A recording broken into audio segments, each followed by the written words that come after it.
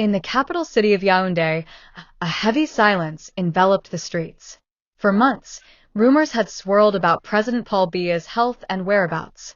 Official announcements had claimed he was receiving treatment abroad, but as time passed, the absence of the long-serving leader became increasingly conspicuous.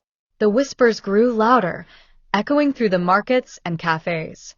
Citizens exchanged knowing glances and hushed words, fearing the consequences of speaking too openly about the president's condition.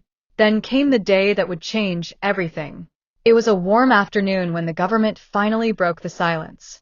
A solemn announcement aired on national television, delivered by a weary-looking spokesperson. "We regret to inform the nation that President Paul Biya has passed away after a prolonged illness." Shockwaves rippled through the crowd that had gathered around radios and televisions. Some wept openly, while others stood in stunned silence, grappling with the reality of a leader who had been a constant presence for decades. A mix of sorrow and disbelief filled the air. The announcement sparked an immediate response from the government. A curfew was imposed, and security forces were deployed throughout the city to maintain order. "We will not tolerate unrest," the spokesperson warned. "Any attempt to incite chaos will be met with severe consequences." As night fell, the streets of Yaoundé were eerily quiet, save for the distant sounds of sirens and the murmurs of citizens huddled together, sharing their thoughts. Amina, a young journalist known for her courage, felt compelled to act. She had spent years exposing the truth behind government actions and knew that this moment was pivotal for her country.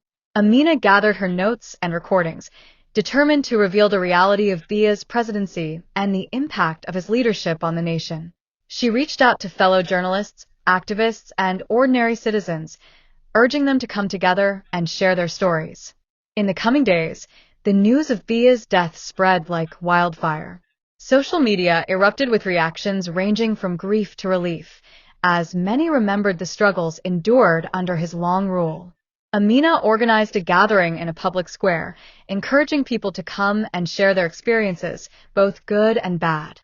As the crowd formed, Amina took to the stage. "Today, we honor those who fought for change, who stood against oppression. This is our chance to build a new future, one where our voices matter." The atmosphere shifted. What began as a vigil for the deceased president transformed into a rally for hope and renewal. People began to share their dreams for a different Cameroon, one where freedom of speech was respected and the government was held accountable.